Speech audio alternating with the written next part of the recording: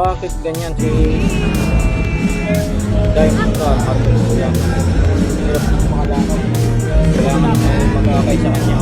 Mahirap. Ano nangyari sa kanya? Panoorin nyo tayo ng musga dyan.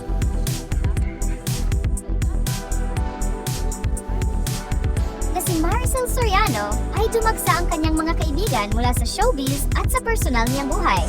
Habang pinapatugtog ang kanyang signature songs, ay ramdam ang pagmamahal at paghanga ng lahat sa isang alamat. Ngunit sa kanyang grand entrance, kapansin-pansin na hindi na siya makalakad mag-isa. Kailangan niya ng tulong at nakaalalay ang ilang tao sa kanyang tabi.